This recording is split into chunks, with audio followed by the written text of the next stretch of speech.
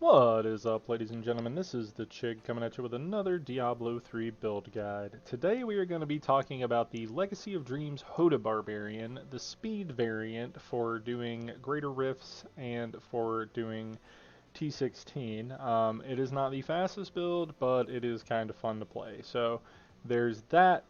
Before we get into it, go ahead and hit that like button, hit that subscribe button, anything you do to help out the channel for free. And don't forget, we are doing a giveaway once we hit 1,000 subscribers. In order to be entered into the giveaway, you have to be subscribed to the channel and like and comment on any of the videos that I mention that in. I will also have that in the description. Each video that you like and comment will be one entry into the giveaway, and I will do an RNG at the end to figure out who the winner is. So, let's hop right into the build. So, Legacy of Dreams. While you have no set bonuses equipped, every legendary item you have equipped increases your damage dealt by 375% and reduces your damage taken by 2%. This is doubled for ancient items. So basically you want all ancients and you're going to take some reduced damage, you're going to get bonus damage. Okay, so now that everybody knows what Legacy of Dreams is, let's talk about the build. Okay, so first things first, Fury of the Ancients. Call the Ancients gains the effect of the Ancient's Fury rune and your Ancients attack 100% faster. They're just giving you some resource. Your resource isn't ever really a problem, but you know it's good to have that there.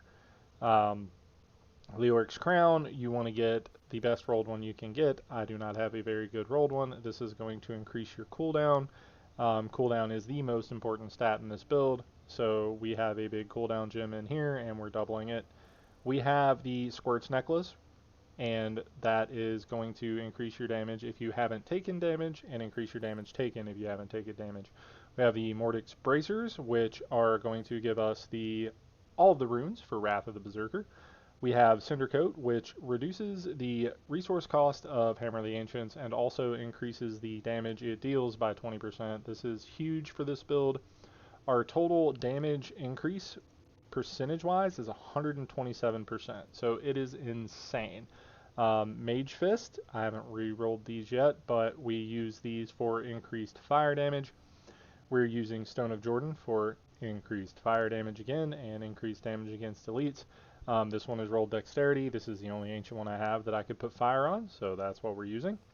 We have the Witching Hour, attack speed, critical hit damage, strength and vitality, great rolls. Just excellent for this kind of build.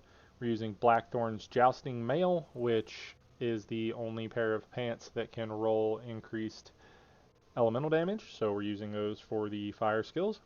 We're using Band of Might because once we charge, we get 80% reduced, well, 78%, I'm sorry, my other one is 80%, reduced damage for 8 seconds.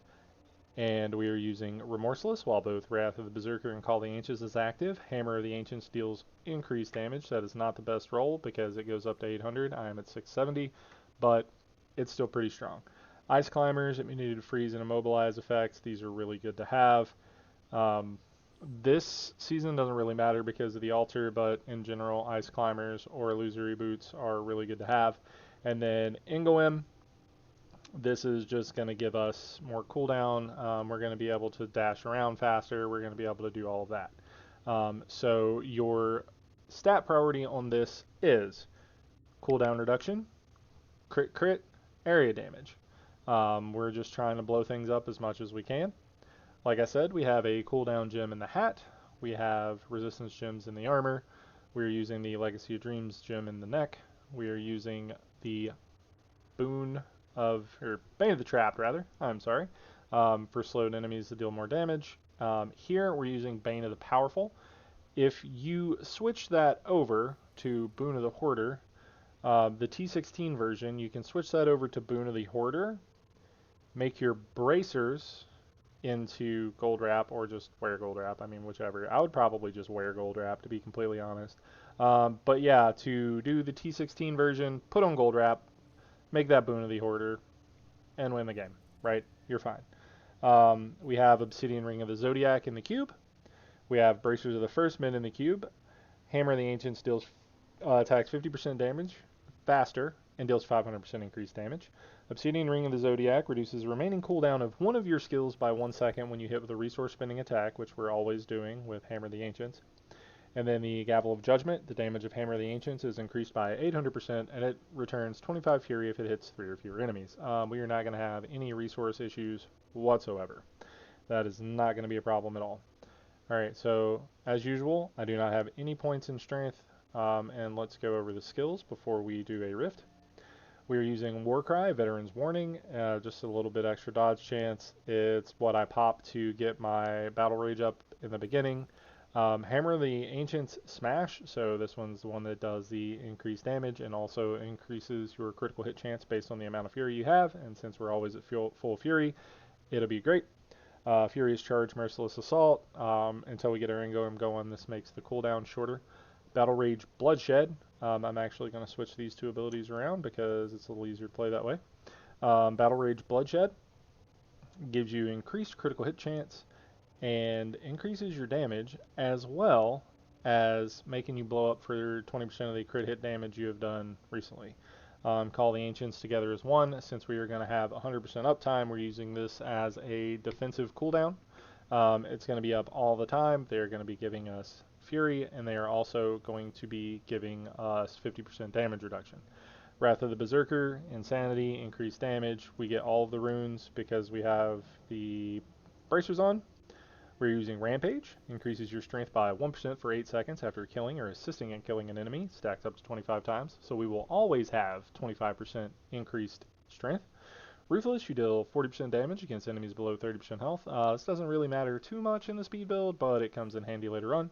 Boon of Bolkathos, it reduces the Call of the Ancients and Wrath of the Berserker by 30 seconds, so making their cooldown shorter, helping us out.